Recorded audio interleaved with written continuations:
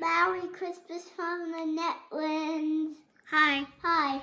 As you can see here, the youngest Netland children are busy working on preparing a dough. And before I tell you what very special thing they're making, it's important to hear the backstory. Exactly 20 years ago, I, Melanie, was attending a university in the city of 𝗂𝗍𝗂 Henares, which is a suburb of Madrid, Spain.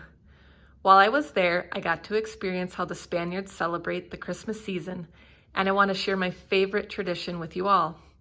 El Día de los Reyes, or Three Kings Day, is celebrated on January 6th, what we know as Epiphany. It is the largest Christmas time celebration in Spain.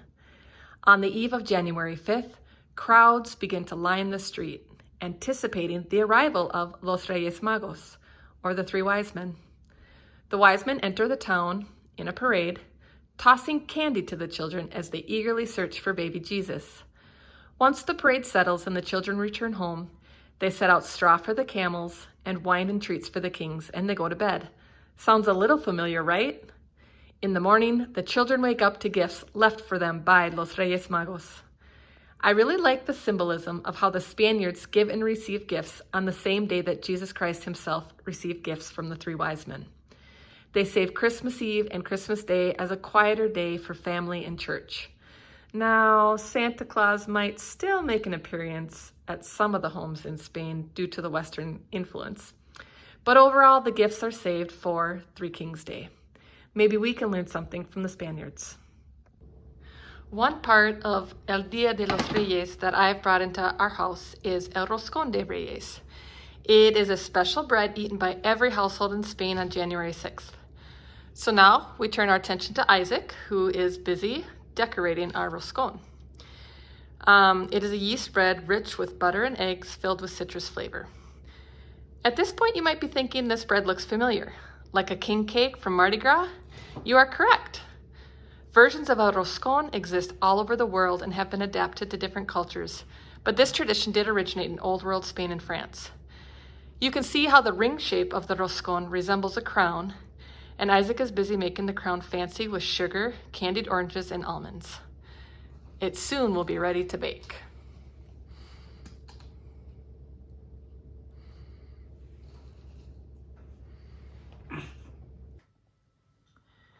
Now that the roscón is baked and cooled, we sliced it in half, and Lydia is filling it with a traditional whipped cream filling.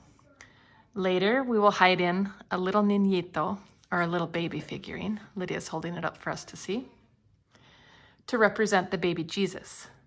Spaniards will also use a king figure or even a little toy, but on Three Kings Day in our house, we're looking for Jesus, so a baby is what we like to use. Whoever finds the baby in their piece gets to be king for the day. In our house, that might mean picking out a special movie or getting to pick out a fun game to play. In Spain, they also hide a dried bean in their roscón. Whoever finds the dried bean is responsible for bringing next year's roscón to the party. Over there, every pastelería or bakery and supermercado, grocery store, is filled to the brim with roscones. In fact, the Madrid bakeries predict to sell 2.5 million roscones this year. So you can see that finding the bean isn't so bad. It will just set you back about 20 euros. So there you have it. We will be eating this roscón for supper tonight and making a new one for our Día de los Reyes celebration in January. It's a great time to discuss with the children the Christmas story and how the wise men took so long searching for Jesus and how it must have finally felt when they found him and what a celebration it must have been. If you'd like the recipe, and I know we have some bread makers at our church, Linda, I have an authentic Spanish recipe and I'm happy to share. I also have little extra babies and some agua de azahar, which is an ingredient to share.